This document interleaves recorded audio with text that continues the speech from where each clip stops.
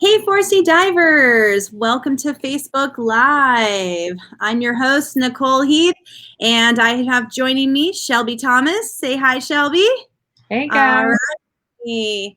Excellent. It is Tuesday. It is February 9th, 2021, and we are excited to give you a great presentation tonight. So first of all, we want to know who's there, who's listening in. Tell us hello. Tell us where you're listening in from. Give us a thumbs up, give us a smiley face or a little heart emoji. Let us know that you're enjoying tonight's presentation. We'd appreciate that. And speaking about hearts, let's talk a little bit about what 4C has going on right now. If you are looking to get a fun, adventurous gift for your scuba loved one, come into any of the 3 4C stores. We have some awesome gift ideas. And you can also go on our online store.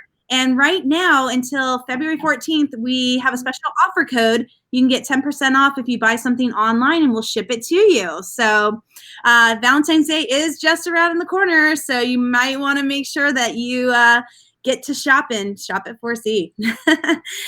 All right, so a couple of other things. If you are someone who comes to our Facebook Lives, you know that we like to raffle off things at the end of this presentations. So to make sure that you get in our live raffle, you need to go to the 4C website, www.force-e.com. Go to the tab that says events. Scroll down, find tonight's event, and go ahead and register. You got to register before 7 p.m. and your name will be put into a random name picker. And tonight's raffle, something that we've never done before. We're raffling off a chance to go diving to the dive site, 1,000 Mermaids. So if you want to get in on that dive trip, make sure that your name is on that registration before 7 p.m. I just have to say hello to my mom because she's watching right now. I don't think, Mom, you've ever watched a Facebook Live of mine, so I'm excited. Everyone say hi, TT. Hey, TT. And we've got Jeff Nelson on right now. He just said, go Mermaids. Quick note, Jeff and some other of our 4C instructors are actually SSI mermaid instructors. That's right, guys. There is a class that you can take to become a mermaid, a certified mermaid. So if you're looking to get some mermaiding skills, give us a call. We've got the instructors to help you achieve those certification ratings. So talking about mermaids, we've got Shelby Thomas here. And Shelby, give us a quick bio of your background and how you got involved with 1,000 Mermaids. Sure, yeah. So thanks for having us on, Nicole. My name's Shelby. Again, I'm the Director of Research and COO for both the 1,000 Mermaids Artificial Reef Project and the Ocean Rescue Alliance. A little bit about my background. I'm a PhD student with the University of Florida, and I've worked in a variety of different restoration focuses, predominantly focusing around coral reef restoration and doing different coral genetics and restoration studies. I got involved with 1,000 Mermaids initially and getting on as the Director of Research to expand different research objectives. And we then went on to found the new organization, the Ocean Rescue Alliance, where we've been expanding into a lot of different restoration avenues, including coral restoration, oyster restoration, mangrove restoration, as well as seawall enhancement. So we also are still creating the artificial reefs that are directed to target fish biodiversity and outplanting coral on them as well. So we'll get a little bit more into some of those details later, but happy to be on and talk more about the Mermaid site. Awesome. So guys, if you can recall, back in November, Shelby was actually a guest presenter on our Facebook Live, and she did a presentation. It was called Saving Corals. And that presentation is on our YouTube channel, and I will share that link in the comment box. So in case you guys missed it, you can go back and rewatch that. And basically, that presentation was talking about the coral and outplanting that they're doing within different sites and everything. But tonight she's going to talk about something a little bit different. The 1,000 Mermaid Project and the dive sites that they're creating, and basically the history, why they're doing it, what it takes to get the statues made and placed on the bottom of the ocean floor, and what the fundraising that goes into it, and some of the volunteer opportunities that divers have with this cool project. So Shelby, I'm going to go ahead and let you take it away.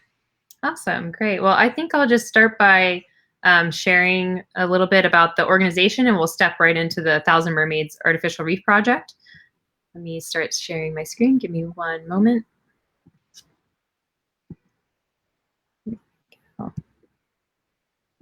Alrighty, can you guys see my screen okay? Here we go. I'm going to go ahead and exit so that way I'm out of the picture, but here we go. You can see the screen though, correct? Yes, you're good to go. Okay, great. We'll just go ahead and start from the beginning here. Alrighty, so yeah, a little background.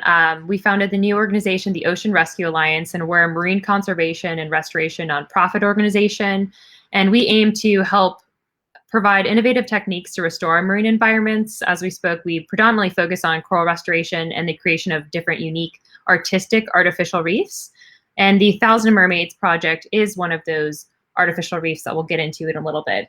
And we incorporate these waves of action to contribute to sustainability, where we're incorporating art and different memorial reefs to raise awareness to marine conservation, conducting reef restoration with both coral outplanting and also fish monitoring, conducting ecotourism with different unique artistic artificial reef sites. We also have educational programs and citizen science as a way to get engaged with the local community and really provide a hands-on opportunity for our youth and community to get involved with our reef monitoring and restoration efforts. And our goal with the Alliance is to really target at collaborating and joining with partnerships with different organizations that have really the same goals as us, and helping advance our restoration technologies and really working together to save our marine environments. And we're conducting a lot of different research in the realms of coral restoration, artificial reef design enhancement, fish recruitment and population dynamics, mangrove restoration, oyster restoration, and seawall enhancement. And we're really looking forward to expanding other initiatives as well, to really talk on the public art option. So the 1,000 Mermaids site, you can actually see these modules on the top of the screen here. We're able to really create unique dive sites that bring awareness to marine conservation.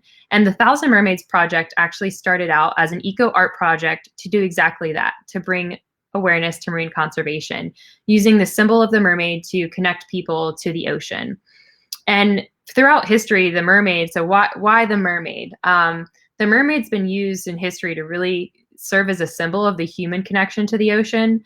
And we really valued that kind of folklore aspect of also the protection of the reef and mystery of the ocean. The mermaids have been mystical creatures that have been, throughout so many different stories throughout history, and even for sailors, and really represents a unique tie to the ocean that can really engage and bring people and draw them to these sites, while also helping restore our marine environments. And so that art direction really shifted the start of this artificial reef project. So the goal is to get to 1,000 mermaid sculptures over time. We're currently sitting at about 25 mermaid sculptures at our site. We actually have about 85 modules out, but some of these other modules are actually designed to test fish recruitment. So we're looking at providing complex habitat space for different fish species. So getting into that habitat, all of our bases incorporate different habitat types that provide micro and macro habitat for different fish sizes and species. So it's helping promote biodiversity. As you can see in these images, they have different spaces for different fish species, and also the ability to outplant coral with the coral lock, which is the threaded frag plug receiver that you can see embedded into these modules. So to create some of these reefs, we actually are using technology to 3D scan real people or images into any type of reef module. Here in this image, you can see Emily Gugliano, the American mermaid, who we directly transformed her to that middle photo of her mermaid sculpture. And she just went out on our last deployment in November. So she's out currently under the water at our site, and our biggest mermaid sculpture to date. She's about 13 feet tall. And all along the back, if you come to the site, you'll see there's coral locks all embedded on the back of that sculpture. So we're really looking forward to being able to outplant coral, hopefully here in the next 6 to 8 months. And using this technology, we're actually able to do any type of artistic direction, sculpture, or image to directly transpose them into a reef module. These are some of the other module varieties that we're testing a different diversity to recruit different fish species. You can see different unique art designs. We have different abstract art, but also different habitat types. This is the coral lock, as we already spoke a little bit about this in the previous video Nicole mentioned. This is one of our restoration technologies to help enhance coral restoration efforts, which we can simply screw in coral fragments right onto our artificial reef modules. Again, we have citizen science and educational opportunities where we're getting involved with the local community, hosting workshops, beach cleanups, and also dive site cleanups, reef monitoring, coral restoration, and other events. So definitely get in contact with us, and we'd love to engage you all and have more support and come out to some of our events. We'll be doing our next deployment in Dania Beach, and we'll have multiple engagement opportunities for both citizen science and education around that deployment. And the Coral Rangers program really goes into engaging the youth and really bringing awareness to marine conservation. Our Director of Education, Stacy Brown, heads up this program, and we'd be happy to talk more with you guys at a later time about that. Again, some of our research, this is some of our coral outplanting in the Keys and Key Largo at Carey's Fort with the Coral Restoration Foundation. We've been outplanting Orbicella fabulata on some of our mini habitat modules. Here's some more images here. And so the goal here is actually to get these corals to fuse onto these domes and over time create a larger reproductive coral. So now stepping into some of the Aura projects, our reef builder has been building artificial reefs for over 30 years, Chris O'Hare with Reef Cells. And you may be familiar with some of these projects that are listed on the screen, such as the Andrew Ed Harris Reef, Phil Foster Park, the Snorkel Trail. He's been building a lot of different artificial reef structures for a long time, and we're really happy to work with him and can create all different types of unique designs. So the 1,000 Mermaids Artificial Reef Project. As I mentioned, we're trying to get to the goal of 1,000 mermaids over time. I really think that hopefully we'll be able to surpass it. And we're also looking forward to doing some other art directives as well. But hopefully, if you guys have not seen this site, you can take this opportunity to come see it. It's off of West Palm Beach, Florida, off of Ruyer Beach. And we are planning to add more mermaids in the future as well.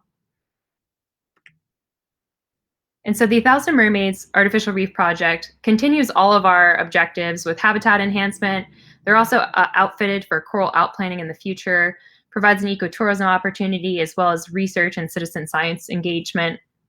And we're looking forward to expanding the mermaids, not only in this specific site, but all over Florida. We're looking forward to potentially bringing them to Hernando County within this next year. And for Dania Beach, we'll be deploying about 5 mermaid sculptures at that site.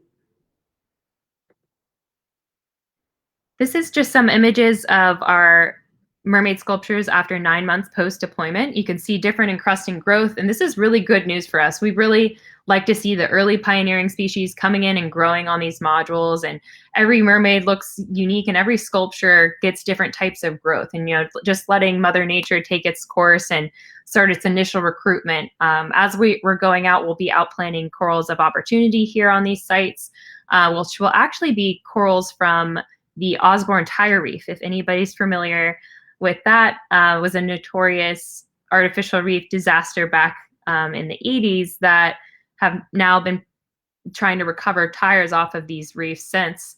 And there's actually corals on them. So we're working with a few different entities to help remove those corals, and we'll actually be relocating them on some of these sites. So we're looking forward in the future to also having further opportunities for you all to come and dive with us and help us outplant some corals on these sites, as well as monitoring fish populations.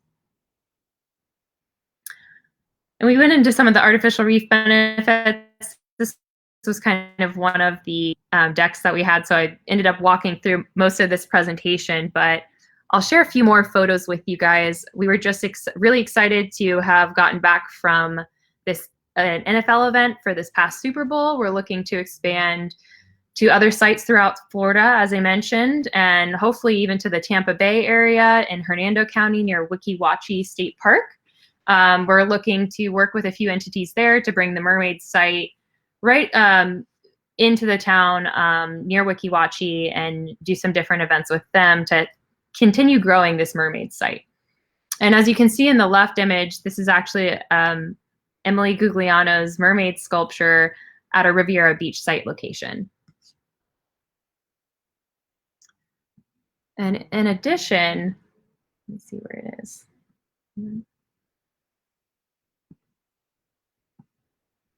There we go. Here's another photo. We also have a selfie tail at this site. So definitely encourage you guys, if you come down to dive it, take a picture at the selfie tail and become a mermaid and take a picture and tag us.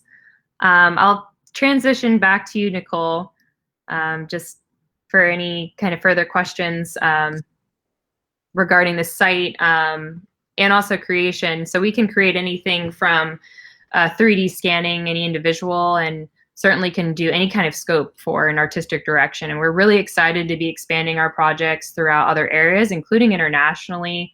One of the projects we're really excited to bring in 2021 is a project in Tulum, Mexico, to bring a Mayan-themed artificial reef that we're going to be creating a Mayan god that will connect Mayan culture with the local community and ecotourism.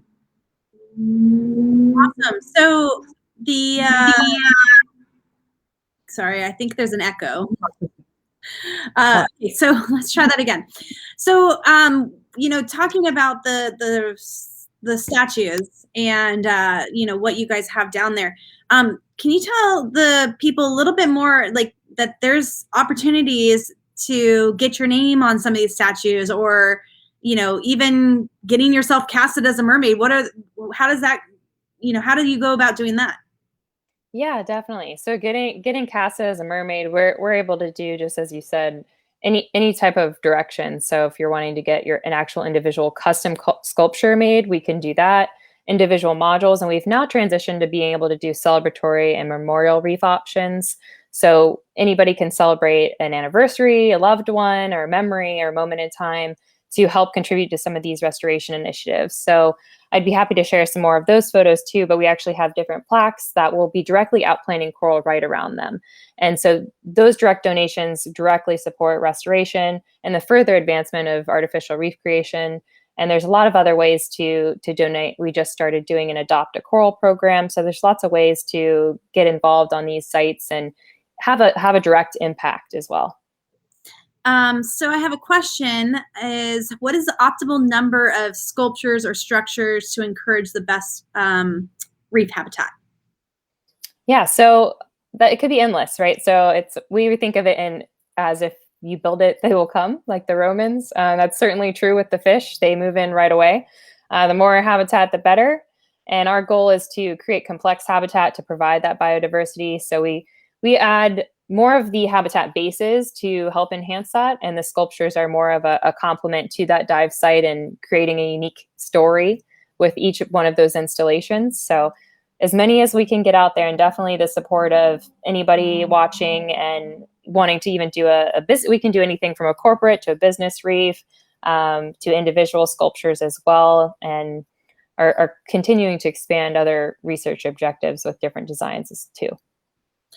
So take us through, you know, the beginning. So you guys said, okay, we're going to put some mermaid statues down. Okay, the planning of that, you have to get the artist involved. You also have to do what for permitting to get these things into the water?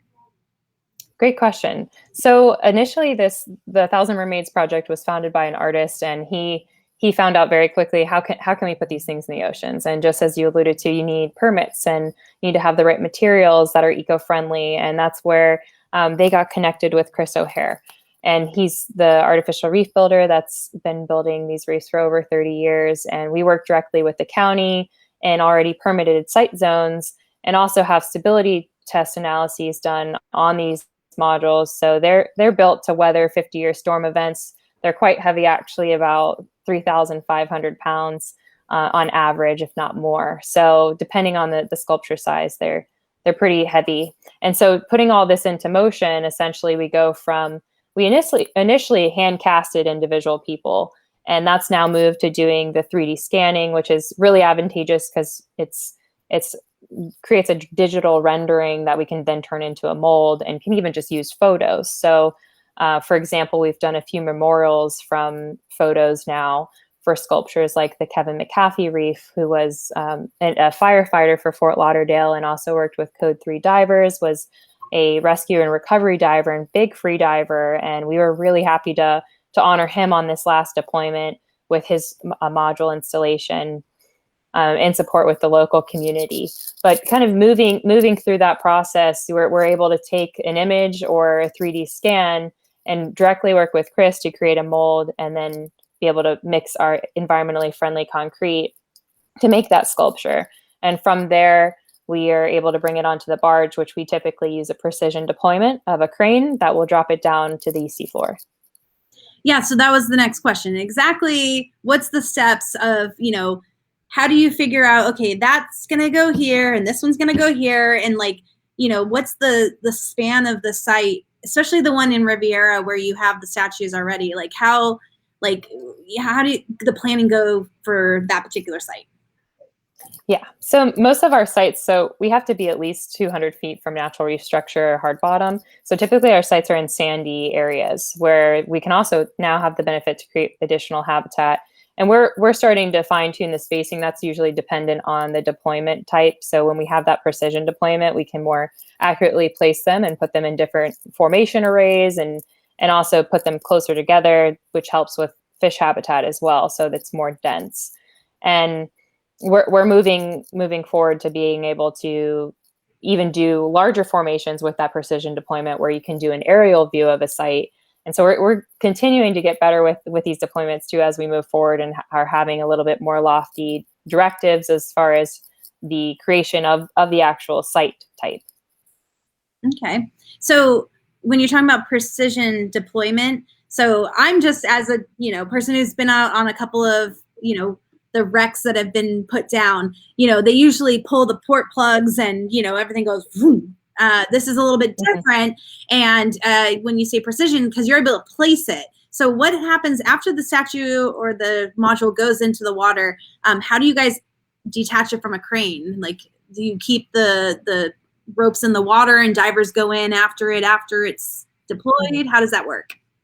Yeah, so there's two different types. There's some that are diver assist, where the diver will directly go down and then help aid in that release. The one that we've worked with the barge operator that we use actually has just a essentially lock that once the weight hits down and it doesn't feel the pressure, the hook will release and drop the module. So it'll be placed at those locations, and we can also relocate them with lift bags if needed. Oh wow. That's a very big bag. yeah. We luckily haven't had to do that. Our last deployment went really well, and we put about 55 modules down. Great. So take us on a dive to that site. The dive operators, there's a few in the Riviera Beach area, and if you guys are interested in getting out on these dives, give Forsey a call. We can take you there with our operators. But basically, take us on the dive. So the dive boat pulls up, and the captain yells, "Dive, dive, dive!" Where do we go from there? Yeah, so normally the dive operator will drop you just south of the site, and it's a nice drift dive to where you can see the different sculptures. And you'll initially go down, and now the site's pretty expansive. So there's about 85 modules. So you'll kind of hop in right at the initial first deployment of the Thousand Mermaids artificial reef site, and see all the mermaids that have been in the water for almost 2 years now. And you'll see all the growth on those, and you'll be able to divert and start moving at a diagonal as you move northwards and see this newer site that won't have as much growth on it, but you'll be able to see a lot of the different complexities of the different types of modules, as I was mentioning earlier, that we're doing different studies on. And amidst that, we have a few of the memorial modules, and also the larger mermaid module that's right in the center of that site. Awesome. So what kind of sea life are you guys seeing at that site? What's moved in? What's moving through it? If there's certain, time periods that there's animals hanging out there? Yeah, lots of fish, that's for sure. We actually have a resident stingray that's always there, and occasionally a sea turtle. We sometimes spy him, but we've even seen snook at the site, which was pretty neat, and have seen some lionfish recruitment, which we'd greatly appreciate the removal. For those that don't know, lionfish are an invasive species that impact a lot of juvenile fish because they pretty much eat everything. So a lot of groups try to target their removal off the reefs. So we've seen even some nurse sharks and different size of fish and juveniles. So we're really looking forward to seeing some of our monitoring data and what type of other species we're recruiting. Awesome. Where in respects to that reef, like what else is near that? Do you know any of the other dive sites that it's potentially by? Yeah, definitely. So there's the RBM reef, which is right next to our site, and actually some of the modules from the first deployment were placed right on initially and adjacent to the RBM reef, and that's essentially construction pilings and other artificial reef structures that have been placed in preceding years, as well as one interesting thing to look at and note when you go down on the Mermaid site is actually there was construction pilings that were placed at the same exact time as the mermaid sculptures, and you can notice that they look quite differently as far as growth. And we're doing some material design studies to try to increase enhancement of natural recruitment. And speaking from that science perspective, that's just something you can really notice between the different materials and structure types that we're really trying to target more growth on our modules. Awesome. And so, we talked about how we have to have permits. So because you guys have more of an eco-friendly deployment tactic, how easy is it for you guys to get the permits versus, say, like a shipwreck that they're trying to sink? Like how many years or months does it take in the process to get the permits? So typically it really depends. It's dependent on the site. Every site's different and what objectives you have at doing. So we are working actually on getting a few near shore permits because we'd really love to create some snorkel sites that are easily accessible for all the public and also engaging opportunities. So you don't have to have a dive boat to go out to the site. So that's coming in the future, but that takes a lot more time, and that can take 6 months to almost 3 years sometimes. You'd be pretty surprised. Each one's a little bit different in their complexity. But for our current sites, they're actually already established with the county, and we're able to put artificial reefs really all throughout Florida if we have the funding for the construction to put them there. And so that's one of the really encouraging things we really like to let people know. If you are really passionate about some of these projects and want to see it in your area and having different restoration targets or different artistic direction for the site, we can work with local entities as well as the cities and counties to start up a campaign to bring some of these sites more local. And as we're starting to expand throughout Florida, we're looking forward on the West Coast. A lot of these sites are already permitted for snorkel sites. So those will likely be right in a snorkelable area that the public will be able to access and really create a unique opportunity. Wow, that's great. I think a lot of people would agree with me. Can we get some at the Blue Heron Bridge? Yeah. Yeah. I mean, there's some hammerhead statues. We need some mermaids down there. Yeah, we certainly need some more mermaids. So if anybody wants to become a mermaid, they let us know. Or if you're not into the whole mermaid theme, we can do any kind of art direction. Well, I don't know. Maybe, hey, 4C Nation out there, do you guys want to do like a GoFundMe and have Bibi your mermaid? We can do something. Yes, we need a Nicole mermaid. The 4C Nicole mermaid. Yes. Well, we'll have to. You're our marine conservationist, so definitely need you. So talking about, we talked about a lot about the conservation, but let's talk about the scientific studies. There's obviously stuff that you guys are doing now. What are the long-term or the short-term goals, long-term goals, that you guys are trying to get answers from or to, help with, some kind of a conservation aspect? Yeah. So specifically, I'll just pertain it more to the artificial reefs, and coral restoration, since that's really been of our main focus of late.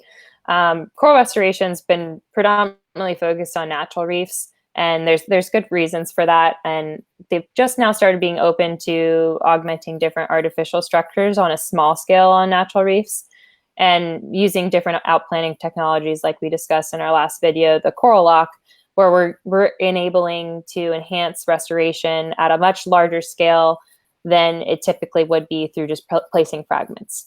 Now that's been translating. The really good benefit with doing some of these artificial reef modules, like one of the lower profile ones I was showing in that center photo earlier, is the fact now we're able to also translocate reefs to areas that might be more beneficial for coral habitat.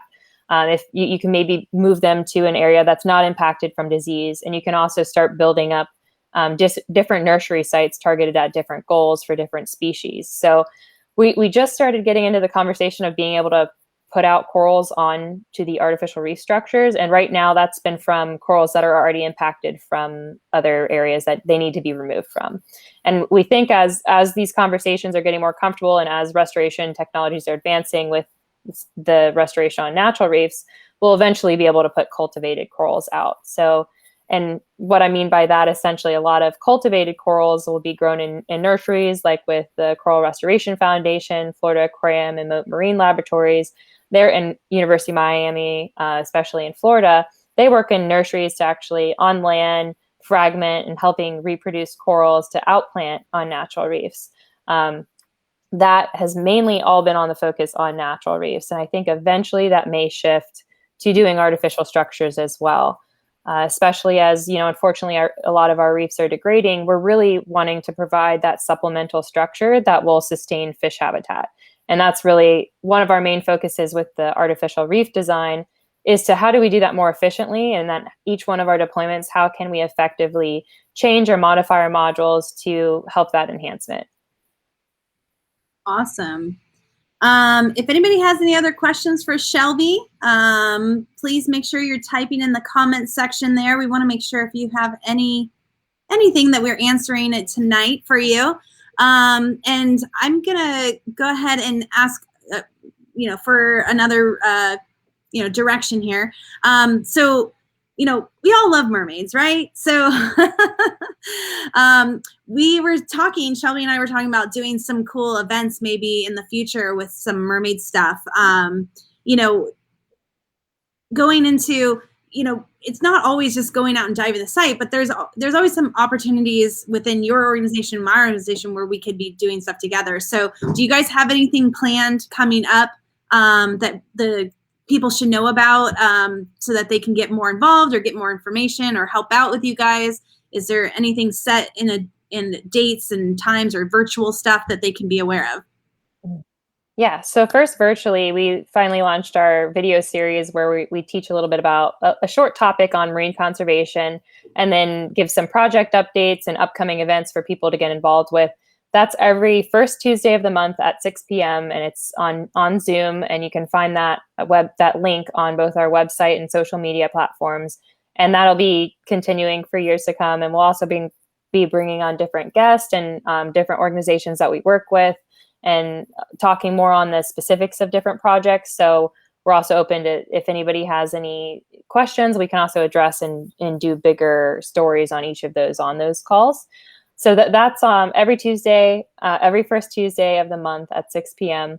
And as far as other local events with this Dania Reef that will be going out in 2021, we'll have a lot of local Coral Rangers events that'll engage the local community. We're just now getting some of those dates together, so that will also be posted on our website and social media, and would love to share with you guys. And hopefully we'll also be doing some joint dive days with you guys to either teach on some marine conservation and go on a fun dive to learn about something, or do a beach cleanup and a dive cleanup, and are looking forward to doing other events as well. One of our upcoming